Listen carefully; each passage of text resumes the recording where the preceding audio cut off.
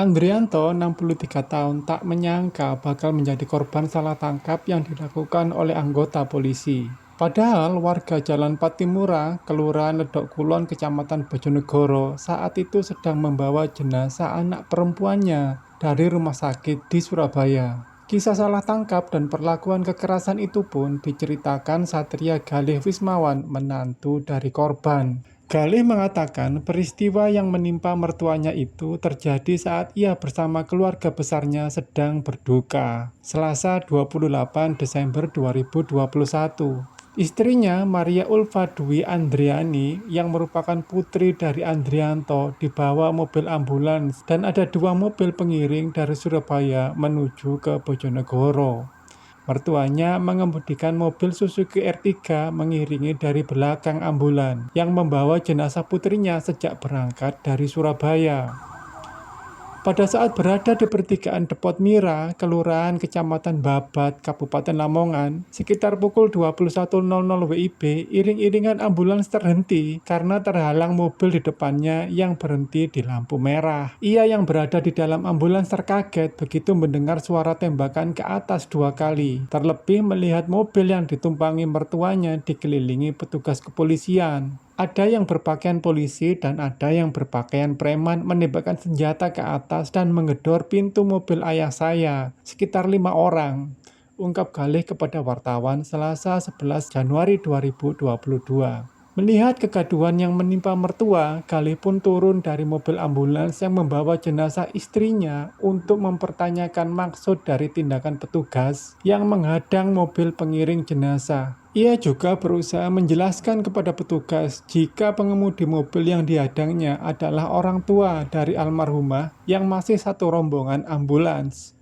Pihak kepolisian tidak menghiraukan penjelasan yang disampaikan, sehingga tetap bersikeras memaksa mertuanya untuk turun dari mobil mengikuti arahan petugas. Mertuanya yang tidak tahu kesalahannya sempat mendapatkan perlakuan kasar dari salah seorang petugas kepolisian yang menghadang. Waktu itu petugas bilang kalau ayah mertua jadi pelaku tabrak lari. Ayah sempat dipukul kepalanya sama petugas saat membuka kaca pintu mobil dan dipaksa keluar mobil sambil ditarik-tarik tubuhnya, bebernya. Masih kata Galih, petugas kepolisian akhirnya menangkap mertuanya dan dimasukkan ke dalam mobil patroli milik Polres Lamongan, lalu dibawa ke Mapolsek Babat. Ia akhirnya mengikuti ayah mertua ke Mapolsek Babat sambil membawa ambulans yang ditumpangi jenazah istrinya. Saat di Mapolsek Babat, ia kembali mempertanyakan kepada petugas yang menangkap dan menahan mertuanya itu.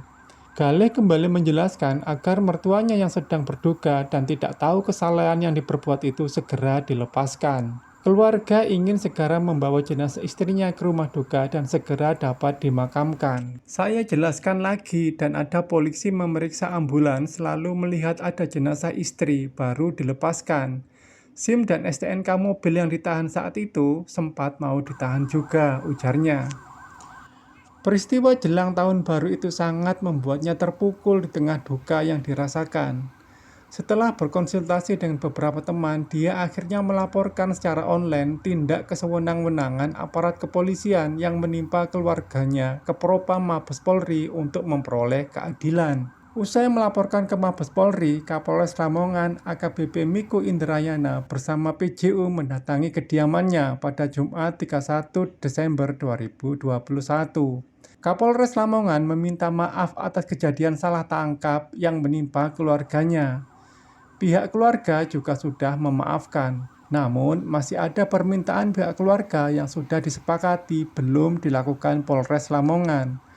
Pihak keluarga meminta oknum petugas yang melakukan tindak kekerasan itu meminta maaf langsung, dan Polres Lamongan meminta maaf secara resmi melalui media massa. Kejadian itu membuat nama baik keluarga menjadi buruk di tengah masyarakat.